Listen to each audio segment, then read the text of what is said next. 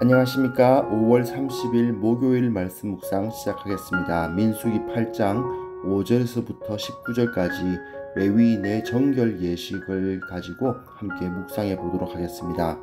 이 레위인들이 가지고 있는 의의에 대해서 민수기가 계속해서 반복해서 이야기하고 있고, 오늘 본문을 통해서 강조해 주고 있는데요. 이것을 통해서 우리가 이 세상 가운데에서 어떤 존재인가를 한번 생각해 보는 시간이 되었으면 합니다. 우선 이걸 이해하시기 위해서 출애굽 일정을 다시 한번 떠올려 보셨으면 좋겠어요. 출애굽을 1월 14일에 합니다. 정확히 말하면 출애굽한 그 달을 1월로 정했습니다. 2달 만에 3월 14일에 시내산에 도착을 했습니다. 그리고 시내산 도착해서 언약 맺고 금송아지 숭배하고 한바탕 난리법석 피운 다음에 성막을 위한 제물을 모아서 성막을 2년 1월 1일 날에 완성하죠. 그리고 완성하자마자 그 당일에 제사장 위임식하고, 그리고 성결기간 7일 동안 제사장들이 성결기간 보내고, 또 1일부터 매일마다 한 지파씩 예물을 바칩니다. 그래서 12일까지 진행이 되고 있고요. 그리고 1월 8일 날 드디어 그 성결기간이 끝나고 8일 날에 아론이 첫 제사를 드리는데, 이때 나답과 아비후 두 아들이 죽는 그 불상사도 벌어지기도 합니다.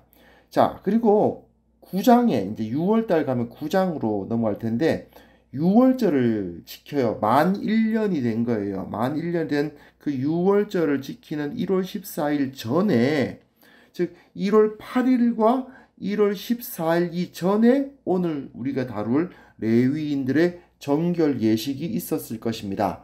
즉 레위인들은요, 이스라엘의 대속 제물이었다는 것을 기억해 주셨으면 좋겠습니다. 그리고 이스라엘의 장자들 대신 애굽의 모든 장자들이 다 죽었는데 이스라엘에게서는 그런 일이 일어나지 않았죠. 그래서 이스라엘의 모든 장자들이 마땅히 죽어야 되지만 살아났으므로 레위인들이 대신 하나님께 바쳐진 존재들이 되어야 됐습니다. 그래서 마치 그 시기상으로 따지면 6월절 어린 양처럼, 6월절 어린 양이 구별되는 건 이제 1월 10일이거든요.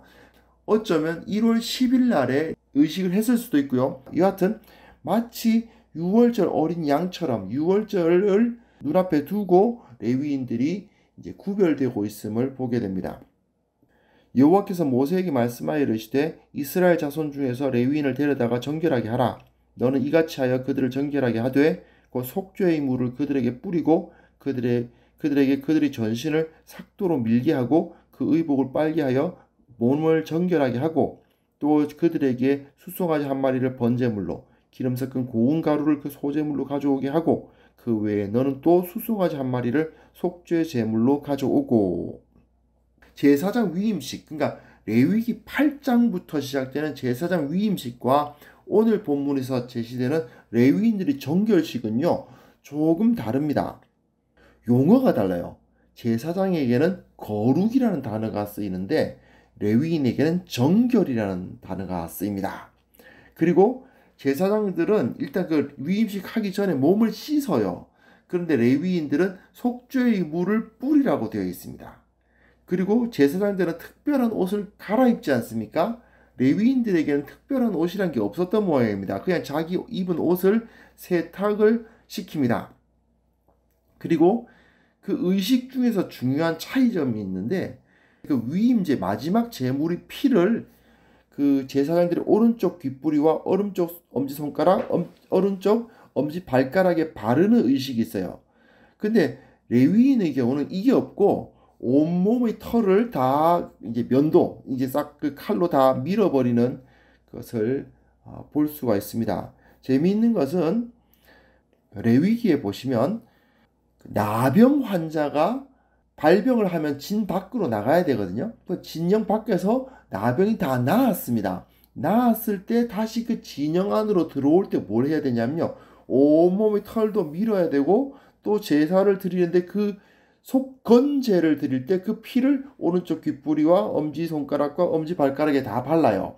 즉 나병 환자가 그 진영 안으로 다 나와서 진영 안으로 들어올 때에는 이 두 가지를 다 하는데 제사장 세울 때는 그 피 바르는 것만 하고 레위인을 세울 때에는 털을 미는 것만 합니다. 그리고 이제 제물이 보면 제사장 세울 때는 속죄제는 숫송아야지, 그리고 번제로 수량, 위임제로 수량 이렇게 드리는데 레위인은 속죄제로 숫송아지, 번제로 또 숫송아지입니다. 숫송아지가 숫양보다 더 크고 좋은 제물이거든요. 근데 아무래도 레위인들은 그 숫자가 많다 보니까 제사장들은 이제 아론과 네 아들들이니까 5명인데 레위인들은 뭐 그 많은 사람들을 세우는 거다 보니까 아무래도 서로 둘 다 서로 이제 제사를 드려야 되었던 것 같습니다. 또한 재미있는 것은 제사장 세울 때는 위임제 수량이 있는데 레위인은 없어요. 레위인은 자기들이 직접 제물이에요. 그래서 제사장을 세울 때는 3번 다 동물로 제물을 드리는 제사가 드려지지만 레위인의 경우는 2번의 제물을 드리는 제사가 드려지고 1번을 자기들을 요제로, 이 흔든다는 의미인데 정확하게 어떤 모습으로 이루어졌는지는 알 수 없지만 어쨌든 그 요제라는 그 의식을 통해서 하나님께 자기 자신을 드리는 제사를 하도록 되어 있습니다. 레위인을 회막 앞에 나오게 하고 이스라엘 자손의 온 회중을 모으고 레위인을 여호와 앞에 나오게 하고 이스라엘 자손이 그들에게 안수하게 한 후에 아론이 이스라엘 자손을 위하여 레위인을 흔들어 바치는 제물로 여호와 앞에 드릴지니 이는 그들에게 여호와께 봉사하게 하기 위함이라. 안수를 합니다.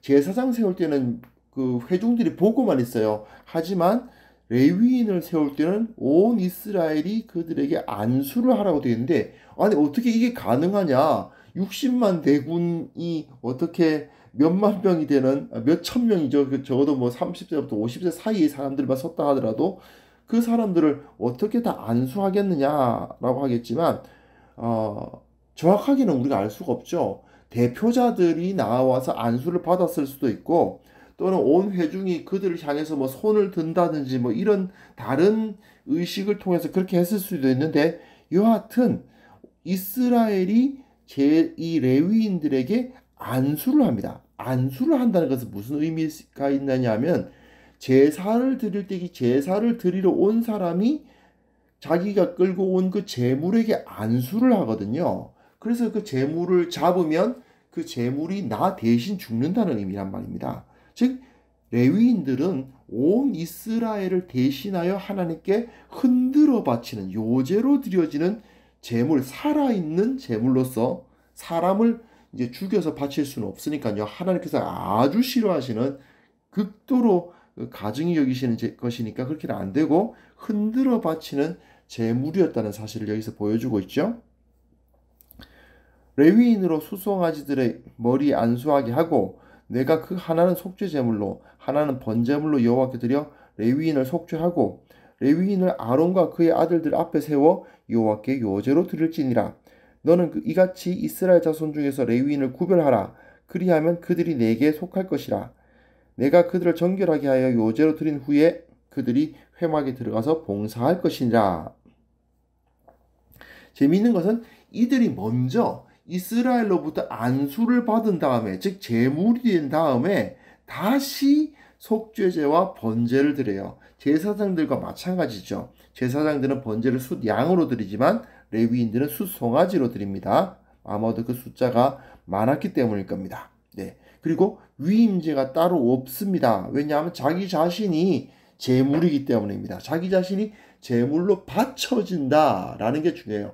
제사장들은 이스라엘 가운데서 하나님을 계시하는 존재입니다. 하지만 레위인들은 이스라엘 가운데서 제물을 계시하는 제물로서 서 있는 사람들입니다. 그러니까 입장이 좀 다릅니다.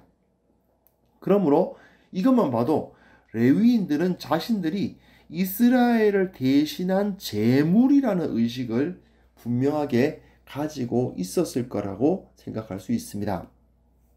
그들은 이스라엘 자손 중에서 내게 온전히 드린 바 된 자라.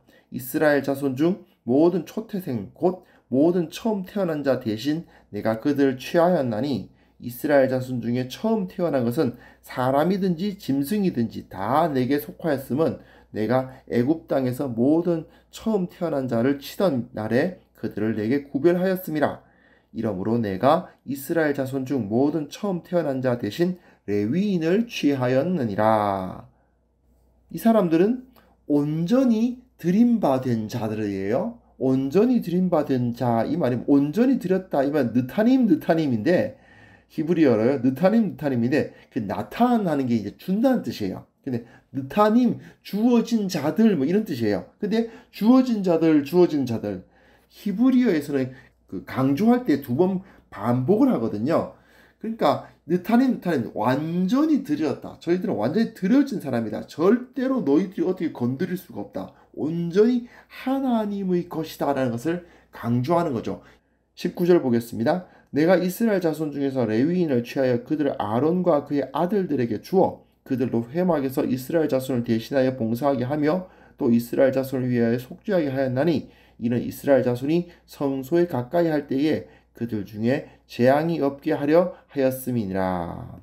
이 사람들은 성소 일을 하는 사람들이고 이스라엘의 대속 제물이었죠. 그런데 대속 제물로 바쳐짐으로써 이들이 행하는 굉장히 중요한 역할이 있는데 바로 이스라엘 자손이 성소에 가까이 할 때에 재앙이 없게 하는 역할을 합니다. 거룩함이라는 것은 매우 좋은 것이지만 그 거룩함은 위험한 것이기도 하죠. 하나님의 거룩함 앞에 이스라엘이 나오려 할 때 이 레위인들이 완충지대가 되어준다는 것입니다. 그래서 하나님의 거룩하심의 위험을 이 사람들이 온전히 그 대속제물로 바쳐진 이 사람들이 받아요. 왜? 이 사람들은 이미 바쳐졌으니까. 죽은 것이나 다름없다고요. 하나님 앞에서 비록 살아있지만 죽은 것으로 여겨지고 있는 사람들이에요. 그러니까 하나님의 그 거룩하심을 그대로 받아요. 그리고 그것을 다시 그 이스라엘이 하나님 앞에 나아올 수 있도록 안전하게 완충지대가 되어준다는 의미입니다.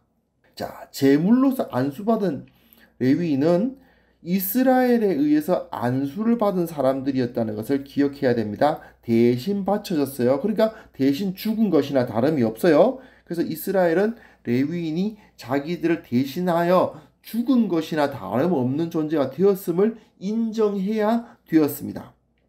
그리고 레위인들은 그들의 모습을 통해서 온 이스라엘이 이 세상 앞에서 어떤 사명을 받았는가를 또한 깨닫게 하는 사람들이기도 해요.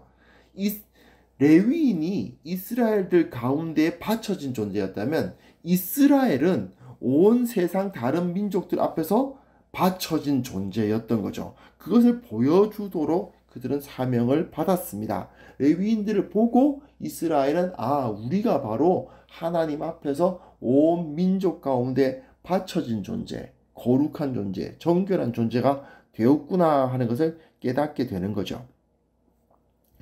자, 이제 우리를 한번 생각해 봅시다. 우리 교회에서 지금 안수하죠. 안수란 것은 무엇을 의미합니까? 제물이 된다는 뜻이에요.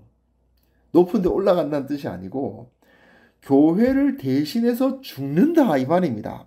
하나님과 일반 성도들 사이에 서서 대속 제물로 드려지고 완충지대로서의 역할을 하도록 구별된 것이 바로 안수입니다.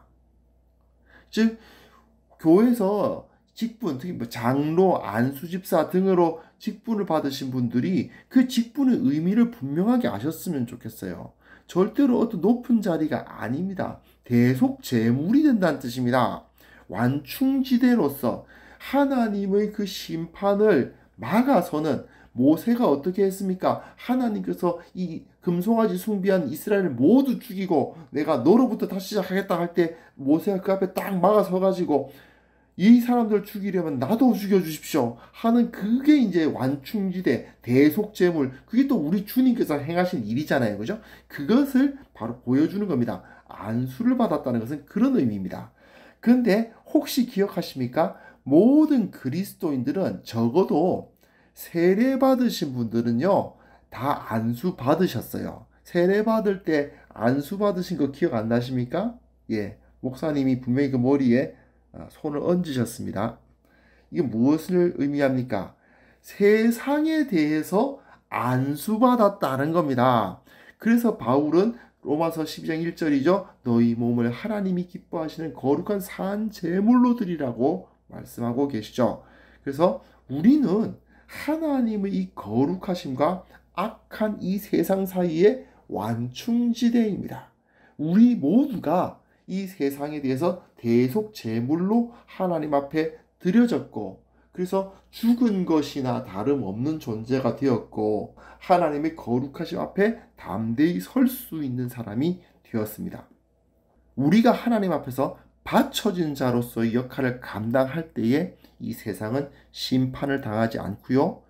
또한 그것을 통해서 구원받을 기회를 이어갈 수 있는 겁니다. 이 영적인 자부심을 회복할 수 있었으면 좋겠습니다.